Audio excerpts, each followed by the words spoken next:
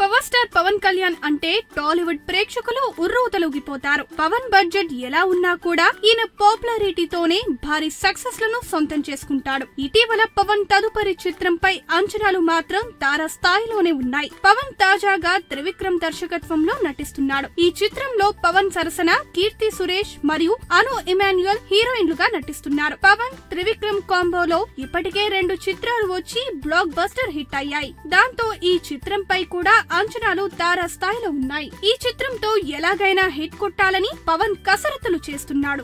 ఎక్కడా కూడా చిన్న లోపం జరగకుండా ఉండాలని అన్ని జాగ్రత్తలు తీసుకుంటున్నారు. ఈ చిత్రానికి ఏకంగా 100 కోట్లకు పైగా బడ్జెట్ ను కేటాయిస్తున్నారు. ఒక కమర్షియల్ చిత్రానికి 100 కోట్లకు పైగా బడ్జెట్ అంటే చాలా ఎక్కువ. కానీ పవన్ త్రివిక్రమ్ల స్ట్రాటజీ వల్ల ఈ చిత్రానికి 100 కోట్లను కేటాయిస్తున్నారు. పవన్ చిత్రానికి 100 కోట్ల బడ్జెట్ అనగానే సినీ విశ్లేషకులు షాక్ అవుతున్నారు.